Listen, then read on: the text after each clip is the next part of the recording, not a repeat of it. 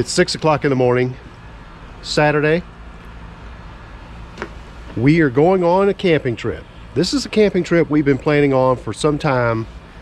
It was actually scheduled to go in March, but because of a perfect set of conditions that were against us, it didn't happen.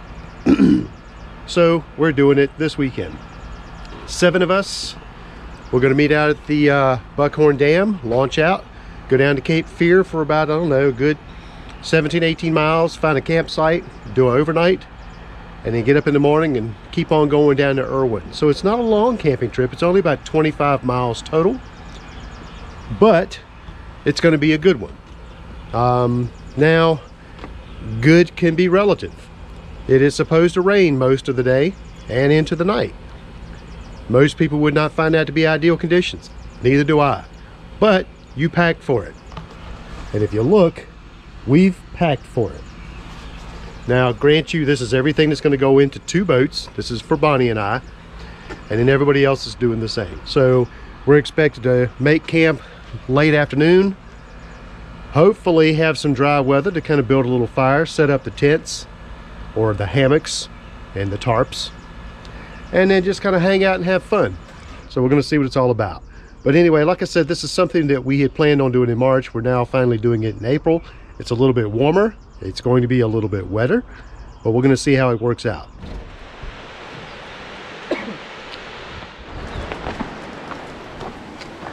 We're here at the put-in. This is Buckhorn Dam. We're unloading the boats right now. Trying to get the bags out. There you go, Mitch. What do you say, Alan? Loving it.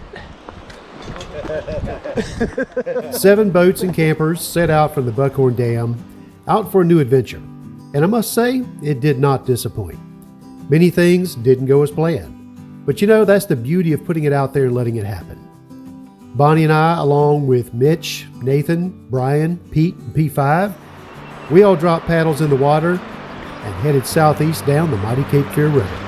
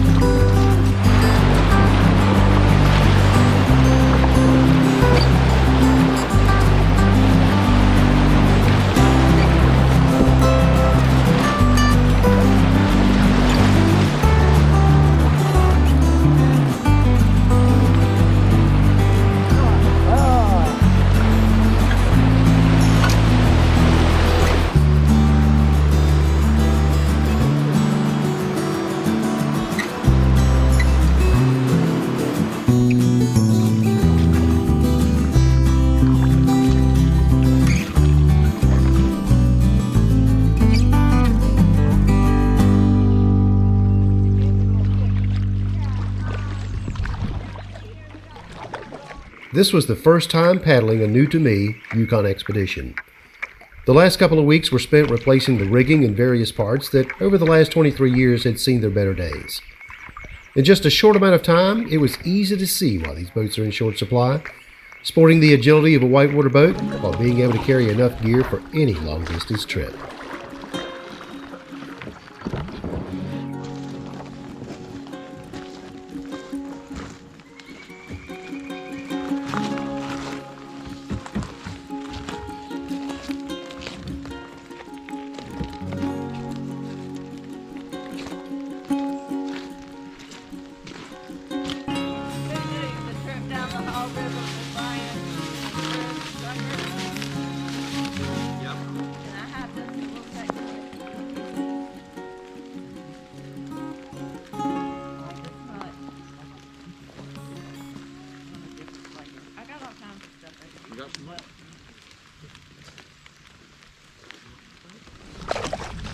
There's just something about being out on a wide open space in a big long boat, taking big long strokes and just covering some ground on calm waters. Although a little bit of current would help cover the distance and the time a little quicker. But this is very relaxing to me. As you can see, it's raining. But you know, you're on the water, a little rain ain't gonna hurt you. But it's all part of it. I'm enjoying it. On to the next.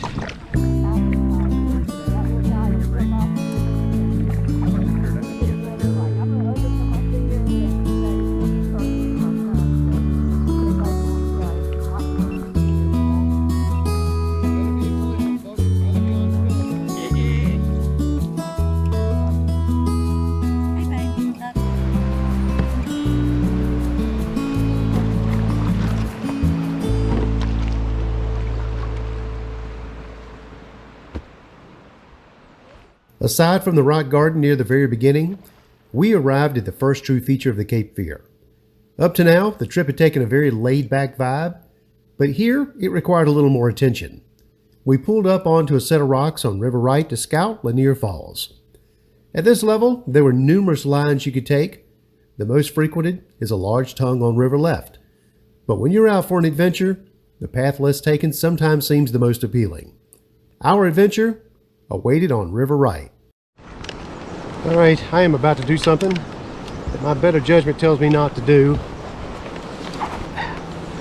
You notice putting the helmet on? I'm getting ready to put this 14.5-foot boat through a waterfall.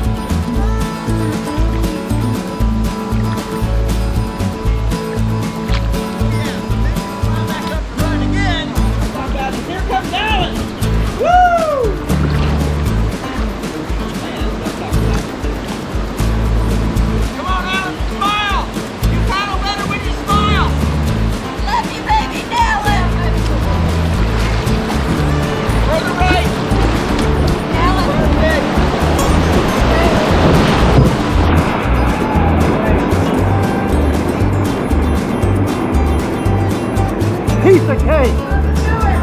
Piece of cake!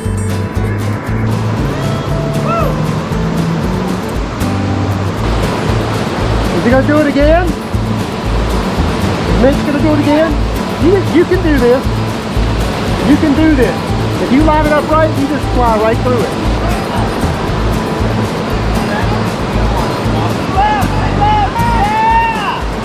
Woo! Just make sure you got a displacement hole. That's how you do it.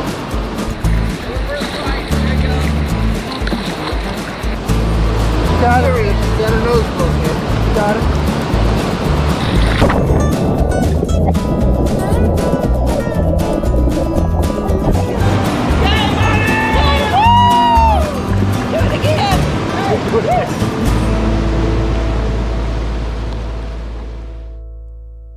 Under overcast skies and spotty rain showers, we leave Lanier Falls and continue our journey downriver towards Lillington. Bonnie is a champ. Despite flipping, she was ready to go again, and once back in her boat, we set our sights downstream to find the next adventure. I was riding it.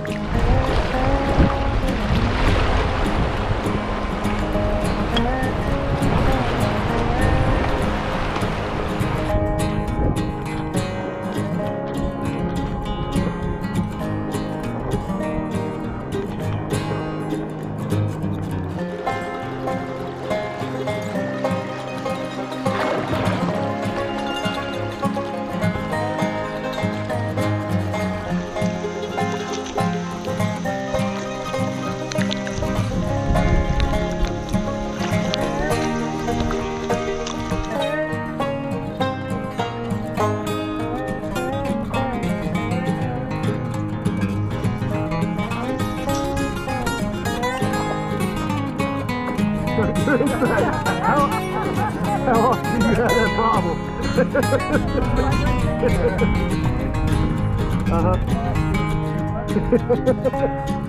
How soon, Mitch?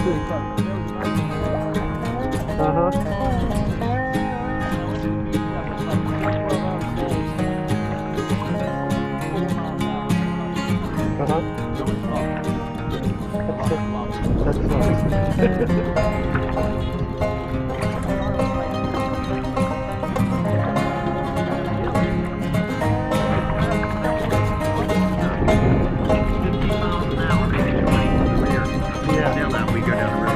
unfortunately, I think that crank's up is going to be in her face. Well, that's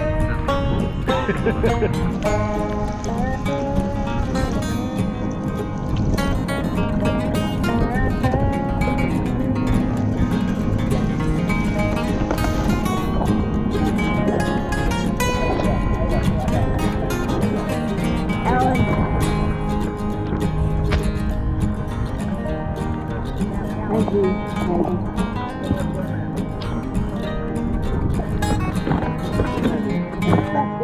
As we pull into Lillington, a few of us are getting a little hungry. Knowing there's still a few miles ahead of us, we decide to change our plans for dinner and stop at the Lost Paddle Tavern. Never having been here before, the food was excellent. Burgers, fries, and crab bites were on the menu after a long paddle, building our energy reserves back up and getting us ready to finish up day one on the Cape Fear. All right, so we are at the Lost Paddle restaurant. We just finished up dinner. We are about to get back on the river and go find our campsite. As you can see, there's nothing left. Bonnie's over here talking a little bit. Nathan's good. P5, he scored some Mountain Dew. So we're having a good time. We're getting ready to jump back in the boats, like I said, to hit the campground, set it up, get back at it.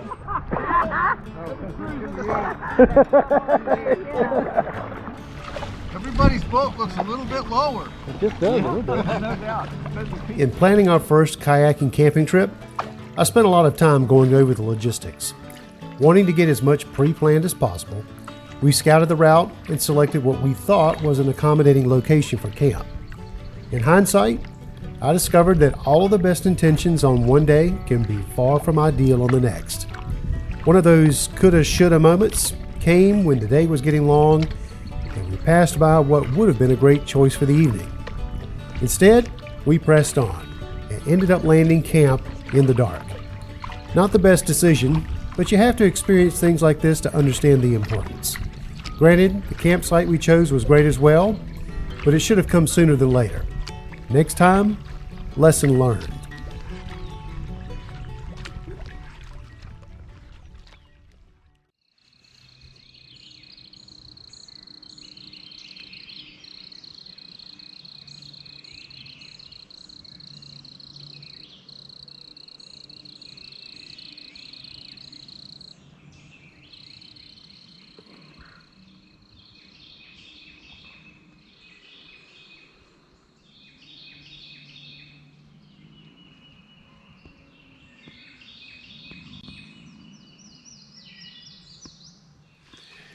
It's about 6 a.m.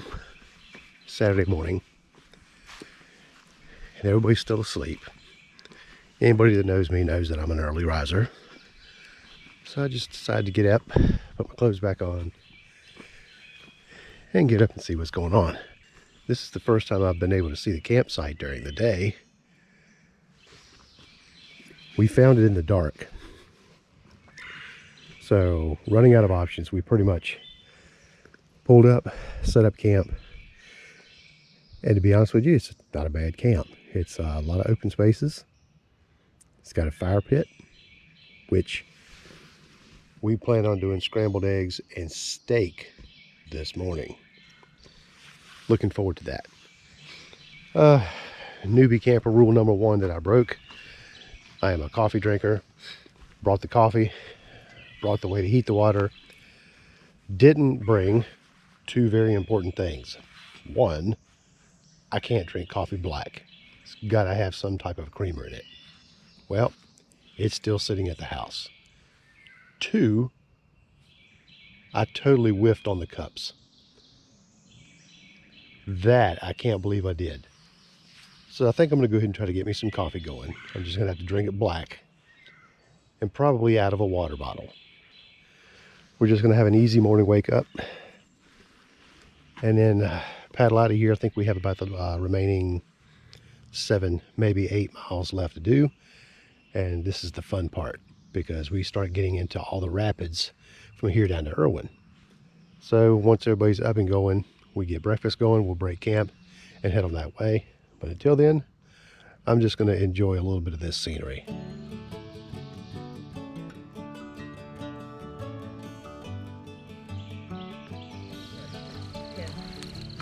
I'm not sure who can. No, she Like, okay, I know things now I didn't know before. We were talking like, remember that place back there that had a half a mile of perfect hammock camping? I knew that was gonna come up. I knew that was gonna come up. Hey, here's the thing though. Brian will tell you.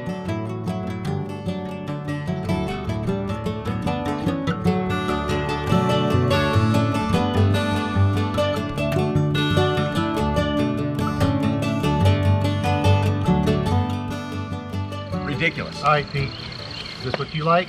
Is that what yours look? You look good? Let's see.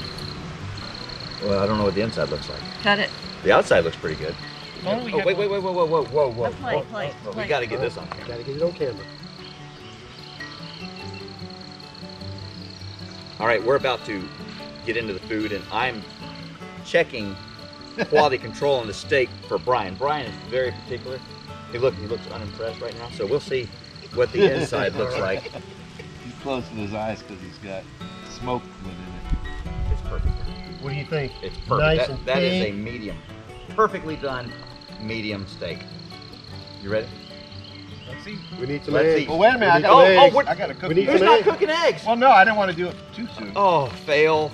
No. Brian does not eat his steak cold, so We'll keep it on the warmer. these guys Yeah. are knocking it out. It's We're all getting about Brian. steak Well, and not eggs. Are you perfect. kidding Stay me? warm, right? Steak and eggs. word, but it's all about Brian. All right, folks, here we go. Mitch's famous egg concoction. I've been told it's going to taste better than it looks. Spatula's working pretty good, Alan. Yep. Thank you, squirrel. 20 pretty years of good practice. Yeah. P5. Doesn't get any better than Hi, this. Good morning. Steak and eggs. Maybe. I don't know. Or which green one it- cake. I'm just going on my stuff. That's all I'm doing. Tastes better that way. Yeah. Tastes like a little Montreal steak. Just a little. Folks.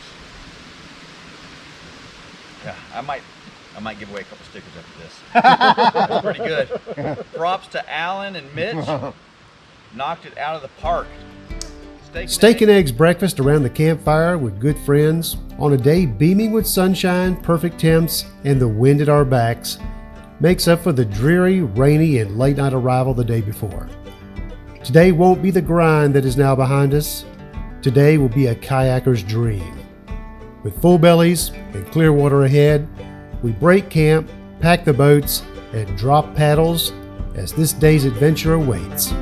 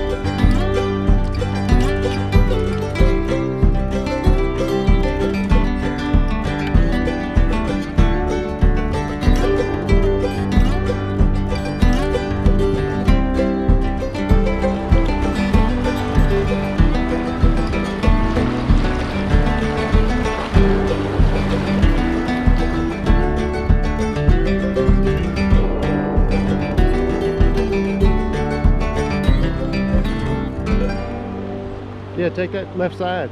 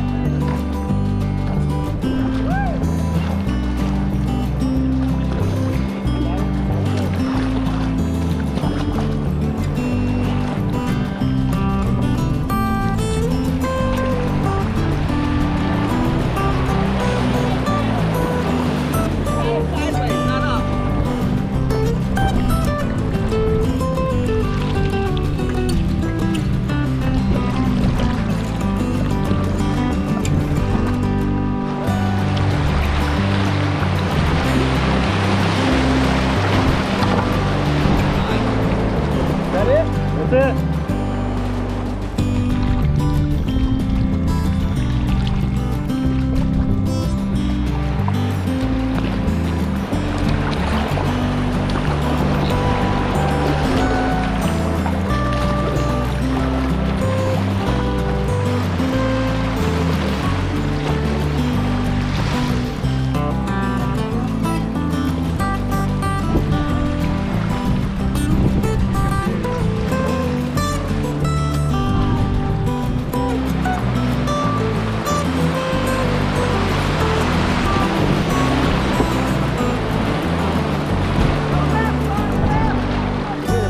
Up over.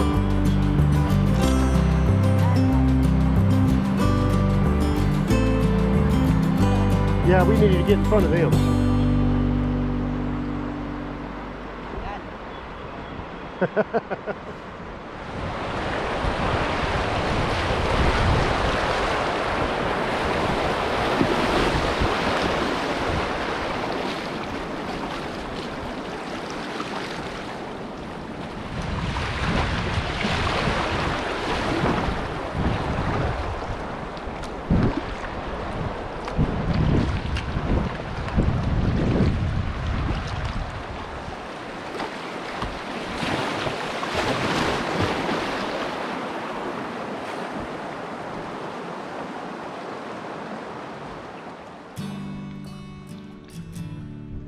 You simply could not ask for a better day.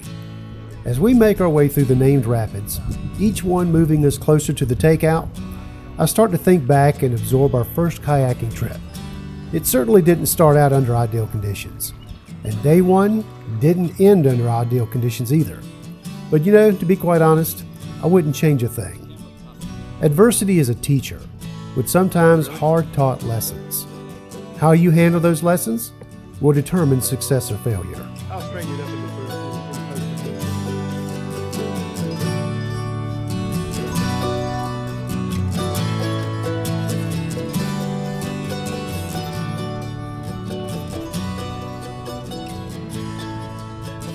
I think of this trip much the same as the bridge before me. Without it, you can't cross from one side to the other, and it doesn't just magically appear when needed. Planning, execution, tools, and people built that bridge one piece at a time. This weekend, I started strengthening the foundation and moving towards joining the two ends. This weekend, I started building a bridge.